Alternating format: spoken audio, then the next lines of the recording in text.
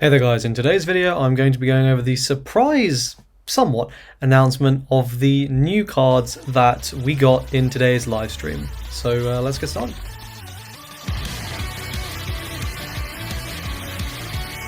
Okay, so these sort of came a little bit out of nowhere.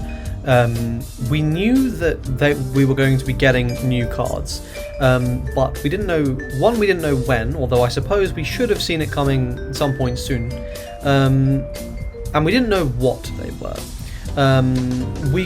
To be fair, being collab cards was a reasonably good guess, and being legends was also a reasonably good guess, but I don't think anyone would have seen it coming that they'd all be generics, and certainly no one was expecting it just today, especially because of all the posts using a really crappy Google translation, which said we were actually going to be getting some sort of nerf or a ban list update, which is obviously not what we got. Anyway, enough waffling. Let's start off with these cards. So we got 3 new legendaries, and these are going to be added into the Forbidden set. So from, I believe it is July 13th, you will be, if you pull on Forbidden, you will, these cards will then be in the pool. This makes complete sense. We knew they were going to incentivize us to pull on July 13th for the second set of Summer Skins codes somehow. For one, they put some of the more popular AIs on there, specifically like the Idol and Medilla, and I think Nonomin, that is the Idol, and I believe Hinaria as well, are all on that, and they tend to be some of the more popular AIs. So there's already that incentive, and now they've added in the chance to pull this. So you can expect a pull video from me. How big will it be? We'll see. I don't want to go too hard, but I'll do what I can.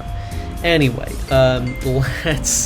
let's start talking about them. So these are really interesting cards, and they're going to do a couple things. One, as you can see, they're all battle spirits. So they're going to be using the Battle Spirit decks, and they don't really have much of a place outside of them. That's not true. They still do. They're pretty crazy. So we'll start with the 7-drop, which is when summoned, draw a card, and then return a card from the trash to hand. Now, this is expensive. For 7, drawing and then salvaging one thing is usually not that good. But in some decks, this is incredibly powerful. It lets you salvage anything, right? So it doesn't matter what kind of card it is. It can be magic, it can be a base minion, it can be a field minion, it can be anything. So it's got quite a lot of utility there. The drawing is kind of a nice little bonus. But you can see sort of potential in how you would use this, right? You play this on curve for 7, you could salvage a Rita, for example, shove this into base, giving you 8 mana on your opponent's turn. Phoenix reactivates everything, and then you can just Rita your opponent, and they're kind of, could screw them over. That being said, I think this is the weakest one, even though it has the most utility, because in theory any deck can use this. It's also like it does the least. Then let's talk about the 12-drop, and to be fair, if you know Battle Spirits, I suppose this would have been really unsurprising. So this has cost reduction: red, yellow, white, green, blue, purple. So basically, if you got coloured minions on the field, this is going to get cheaper. But also, the cheapest this will be realistically is 7. You could probably get it down to 6 or 5 in red, because they have that minion that counts as 2 for a cost reduction. But the advantage here though is that you can pay your neutral mana for this, so you're not restricted to your coloured mana to pay for it. Additionally, the keyword it has is swoop, so that's very interesting. Swooping in a 12/3 on your opponent's turn is definitely good. Will be interesting. And then it has an on attack for each of your, when it attacks a player. So this will trigger before the flash timing, right? So this effect will happen. For each dragon and light minion, deal 1 damage to the opponent's player and heal 1 to your player. This is remarkably strong because you know. So firstly, this will count itself. This is a dragon. And you know, in Red Battle Spirit, for example, you will very easily have 2 to 3 dragons on the field by the time you play this. So an on attack, deal 2, heal 2, or deal 3, heal 3 is insane. That is a tremendous amount of damage output from 1 card.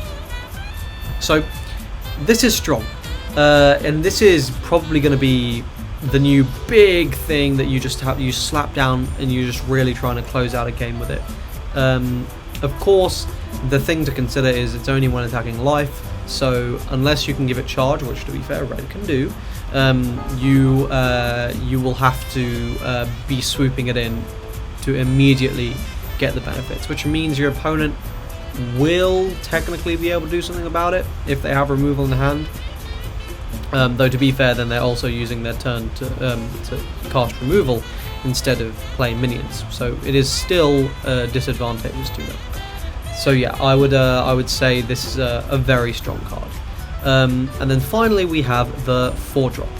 So this is this also has swoop, which when we read the effect is actually very interesting.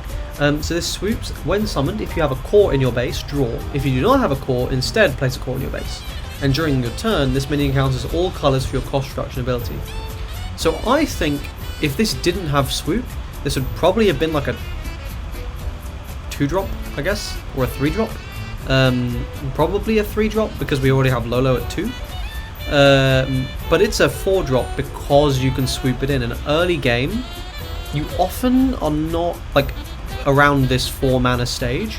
Oftentimes that is something that's going to be like totally feasible for you to do. It's not unreasonable for you to just use the opponent's turn to do this. And sort of regardless of what this does, if it gets you a core, fine. If it draws you a card, that's better. And then you can scoop it into your own base during your turn, so it effectively like gives you free ramp in massive air quotes, like kind of but not really.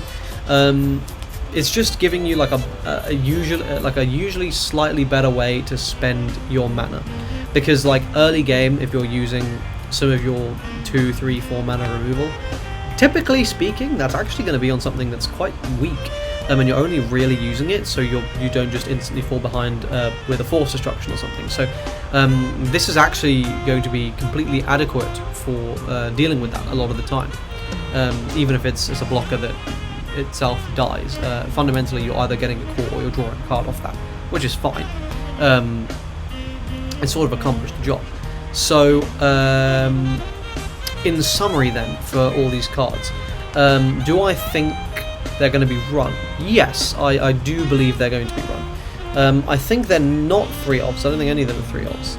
I think at most these will be 2-ofs. It's a reasonable expectation. I don't think you will be seeing all of them in the same deck. I think the 7-drop is probably the least likely to see play. That's the shaft pull, if you get that one. I think the 4-drop, I think it's Alex.